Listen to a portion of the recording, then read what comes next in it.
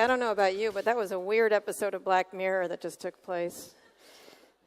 That was actually, I don't know if you saw Silicon Valley on HBO this year, but that was an actual plot where the guy fell in love with that particular robot, actually. I don't know what to say. I just feel like I should just leave.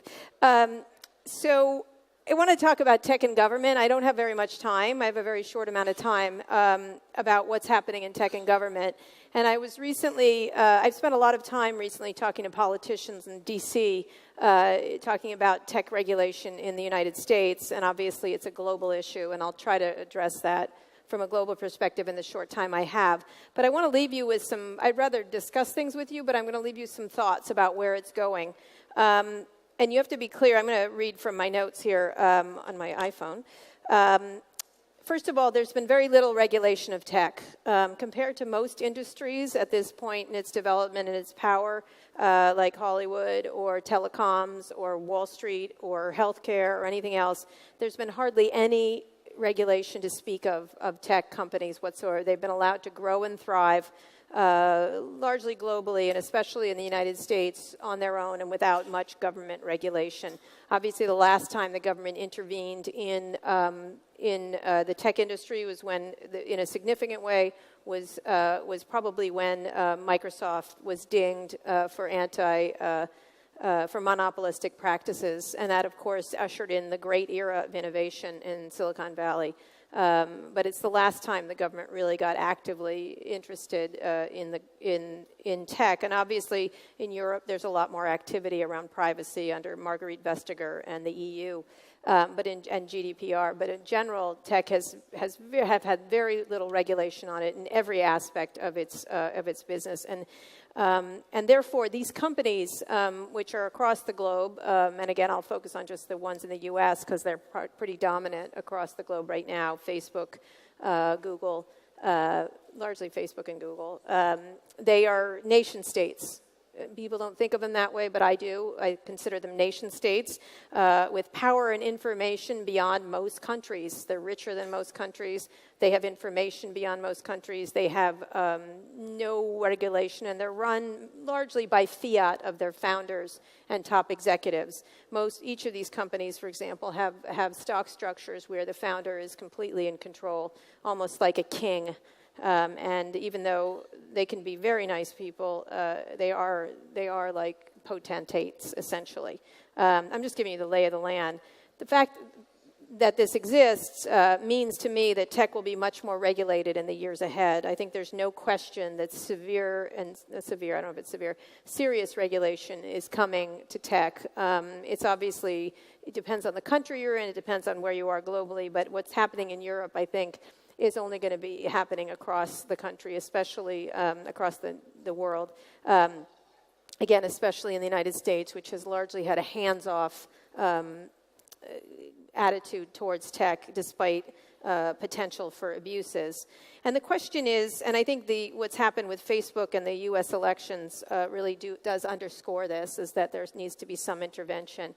The Republican administration now in power has been actually, despite the fact that Donald Trump has insulted tech quite a bit and continues to do so, has hardly done anything, just the way the Obama administration and the administrations before that. But I've been recently interviewing some Democratic politicians, and if they ever get their selves together, which is a very good question, you can imagine administrations in the future being more hostile to tech. Democrats are unusually hostile to tech, especially the ones that are considered for higher office. And obviously, there's a lot of hostility to tech in other places. So the question is, how will tech be regulated, and how will it happen, and what areas? And in this area, we just have questions because we don't actually know how. We see different things emerging in different areas of the world, but there's a couple things. Will there be more stringent privacy rules that are like Europe with its GDPR, or there will be looser standards around privacy, as there have been in the U.S.? I suspect the former rather than the latter. What will the rules be around surveillance? If you haven't read it, I recommend an excellent piece in the New York Times just published about AI in China.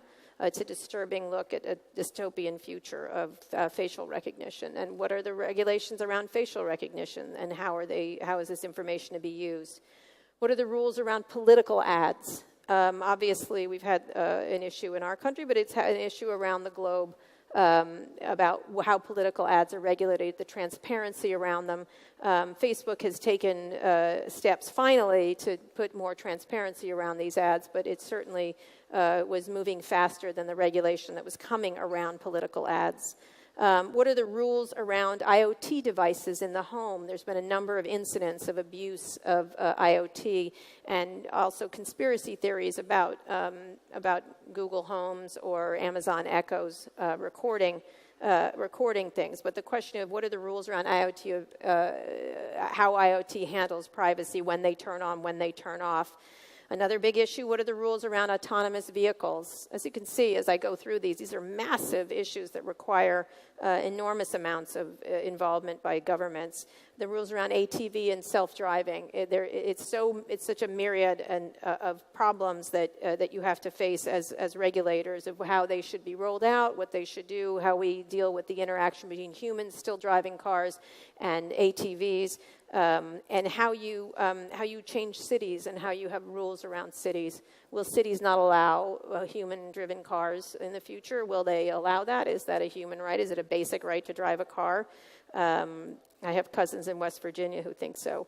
What are the rules around location data and what should be, how you should be followed and what you should be doing? What are the rules around AI, automation, robotics, data portability?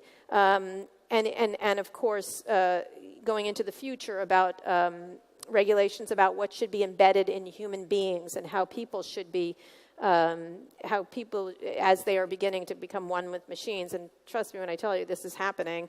What's interesting about that last thing, just as an aside, is that everybody always talks about how to make robots more human. I think probably most of the innovation is going to become in how to make humans more robotic. We already know how to open a door and be difficult. I don't know why we have to teach robots to do that. And it's going to be an interesting question about that, of embedded tech in people as we begin to do that, which I think is inevitable. Of course, there needs to be questions about what to do about genetic engineering and how to make perfectible human beings. And lastly, of course, hacking. What should be the rules around that? I just interviewed Senator Mark Warner from Virginia, who's one of the leading senators and one of the few intelligent politicians in the U.S. at least around digital issues. It's a pleasure to talk to him. It's a displeasure to talk to most politicians about these issues. And he said what I think was really important. I think that a cyber doctrine would include things. He wants to do a cyber doctrine, and we have to think about what this means. Would include things like the notion that there ought to be some kind of international treaty or convention around what cyber tools can be used and which ones, frankly, should be just off the map. And if a country did use those tools, we ought to make it clear we're going to be potentially respond in kind. It's critically important to be thinking about these. What would a cyber doctrine look like? What would an Internet Bill of Rights look like? And how does it change? And that goes to the bigger problem of who makes these, who does these rules and whose rules are being put in place. Are they U.S. rules? Are there Chinese rules? Every single country has a different set of the European rules. If this is a worldwide global information system, it must be thought of globally, but it absolutely seems impossible that we'll be able to regulate it globally. And it will be then regulated locally, which creates another set of problems. As you can see from the hearings just in the United States, I don't know if any of you watched them, they were unbearable, of Mark Zuckerberg. A lot of people thought that he did well because he didn't faint, apparently, or sweat into a puddle of mess. But the fact of the matter is that he didn't do well as much as our politicians failed the electorate completely in terms of asking him pertinent questions about the business of Facebook, which is a massive global information sucking machine. It is, let's be honest. So it's a very nice one, but it does that. That's what it does. Its business is sucking in information and selling it back and making money on that.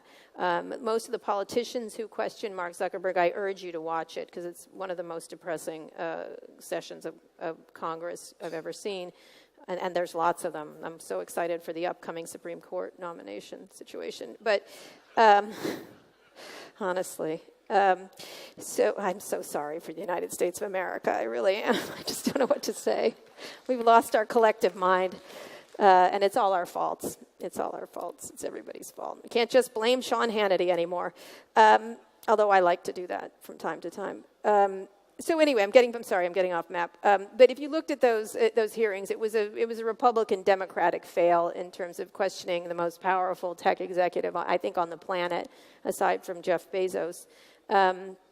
He stuck to his notes. He kept talking about Facebook having a broader responsibility. He said that at least 26 times. But most of the politicians were inordinately concerned with several side issues like Diamond and Silk, who are a pair of bloggers who apparently don't feel they're treated correctly on Facebook, conservative bloggers. They were concerned with terms of service that Facebook has, as if terms of service was the most pressing issue of the modern digital age, which it is not. It is not the most pressing issue of the modern digital age. And they certainly didn't ask them about how and what happened on Facebook during 2016 and how it was going to prevent what was going to happen. So as you can see from our hearings, and I have to say the ones in Britain and elsewhere were so much better to watch, but most politicians, except for a very small few, are stuck in 1990.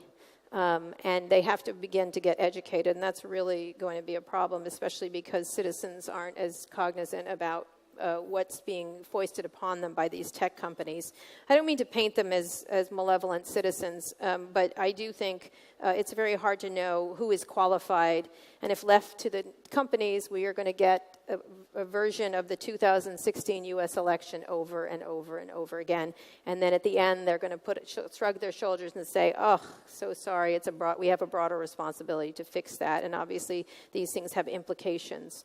And if left to the polls, we have endless arguing, endless inability to come to any kind of compromise, of which is at the heart of democracies. Lastly, I want to talk about innovation, because when you do talk about regulation, of which I'm somewhat of an advocate for, but not as much as you might imagine, people do question whether how you regulate tech companies and also allow for innovation. I would point to most times when the government has stepped in, when tech companies have overreached, or telecom companies, or any companies, there is a period of great innovation after some intelligent regulation where they put a stop to some practices that are hindering innovation. And so for a lot of people, I do agree with overregulation does create all kinds of problems, but underregulation is just as bad. And so what would be really important to think about is if tech companies could work with regulators around the world to come up with a set of rules that we all can live by, that they're doing the right thing, that they're pushing innovation, that governments are trying to fund and back innovation and are helpful to technologies. The reason, something you often I don't forget, is the internet was created by the U.S. government and the Defense Department, and it was allowed to become commercialized only a short time later. I'm almost over my time. I just want to finish. I had written about the commercialization of the internet when it happened, when the federal government in the U.S. Allowed it to be commercialized. Actually, Al Gore, who was a senator at the time, actually did kind of invent the internet, even though people made fun of him. He was critical to it becoming a commercial vehicle. And of course, the world has never seen such an enormous creation of wealth and innovation and excitement for the human race. I would only warn you, I was talking to, many years ago, and I'll finish on this, I was talking to Larry Page, who is one of the founders of Google, who is not unlike Sophia, actually, when you talk to him. Well, she's a little more vibrant. And I had written a story about when Google wanted to take over Yahoo's search, and it would have given them something like a 90%. I think they've got 90% in many countries around the globe, but it was like a 90% market share. They would have had that, and I thought it was probably not a good idea.